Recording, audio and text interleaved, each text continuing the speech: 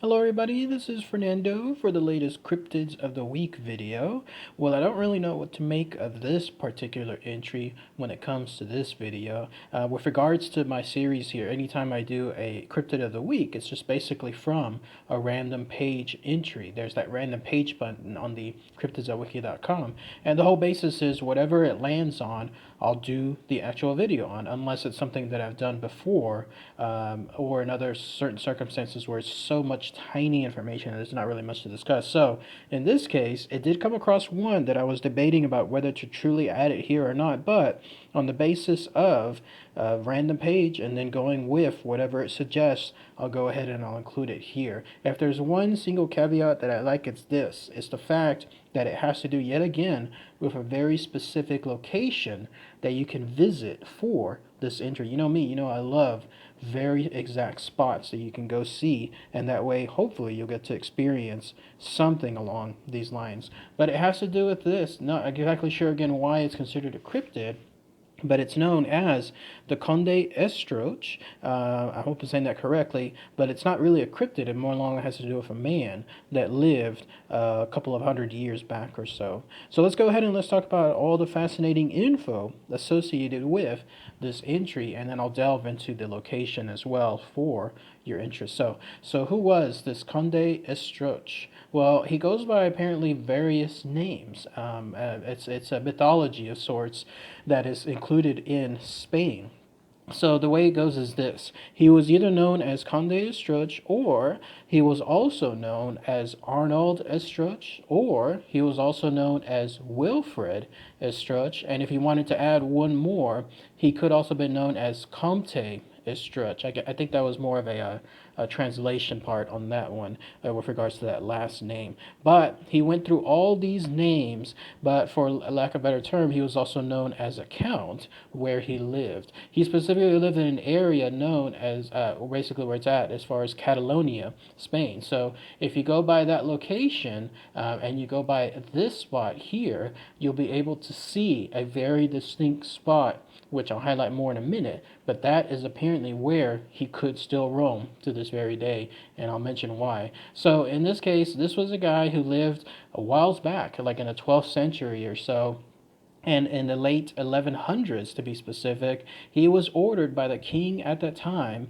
a guy by the name of King Alfonso II of Aragon, to fight something along the lines of witchcraft and paganism near that location in Catalonia. And it all pinpointed to one specific spot known as the Llers Castle. Apparently, Llers is what's considered a municipality located there in Catalonia, Spain. Even after all this time, apparently that particular spot, that municipality, is still there to this very day. So the Count went ahead, this guy, this Conte Estruch, he went ahead and followed the orders of his king, and he fought tooth and nail up until the time he was killed in 1173. So if you follow the mythology on a true basis, this was a real man. This was someone that lived during that time period, real enough to be ordered by the king himself to go on this quest, and ultimately ended up costing his life. Now here's where things take a more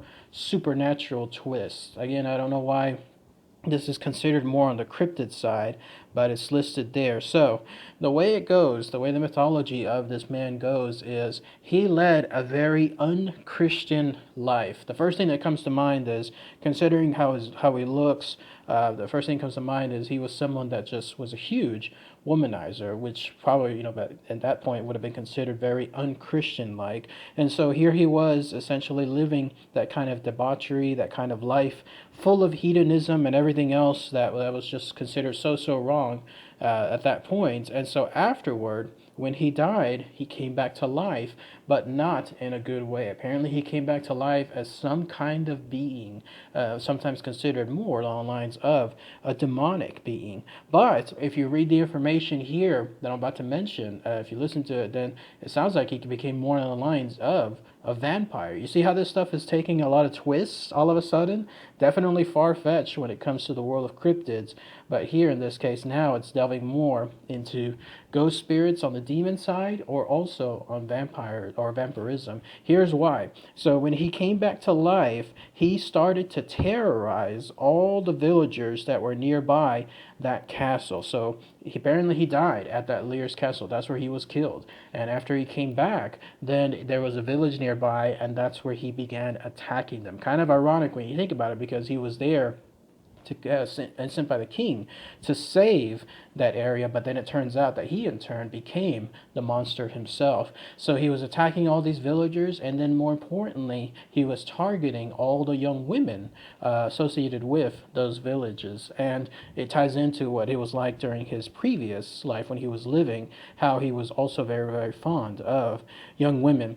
But where things take even another turn, almost like a Rosemary's Baby type thing, these women would become impregnated, and after they gave birth, they did not give birth to regular babies. Instead, it was described that this seed from this count basically had them born as monstrous newborns, just horrible, just very, very horrific looking creatures who didn't live long. They basically died at birth afterward. And so this terror, this reign of terror continued for who knows how long. I tried to find an exact date when it ended, but the way it goes is apparently several years. So he terrorized these villagers, killed them, and then just basically took as many young women as he could. Eventually, though, he was stopped. The way that the mythology continues is there was either an elderly nun who found him and then killed him. I don't know if that nun it followed the guidelines of killing a usual vampire. Again, if you follow the mythologies, either a wooden stake, garlic, some kind of cross, silver bullet, something along those lines. I don't know, but whatever is the case, that remains a mystery. But, or B, they followed the guideline. Somebody there who was of Jewish origin decided to use some guidelines involving the Kabbalah, like some kind of ancient ritual. So either a nun did it or somebody from Jewish origin did it. Either way, though, if you go with the Jewish man side, he in turn was a hermit who, I didn't read, unless I'm reading this incorrectly, he did not kill this count in his demonic form. Instead, he caused the count to rest. So keyword being rest, not being killed, but just basically being placated, and then that way his reign of terror stopped. Either way, though, it ended, and then afterward, after a couple hundred years, that castle is still there to this very day. However, it's been destroyed, mostly destroyed, because there was a big war that happened, the Spanish Civil War, that caused a lot of its structure to be outright destroyed. But again, as I mentioned earlier, a couple minutes back, you know me, how I love those particular spots. You can go there to that castle to this very day there in Catalonia, Spain.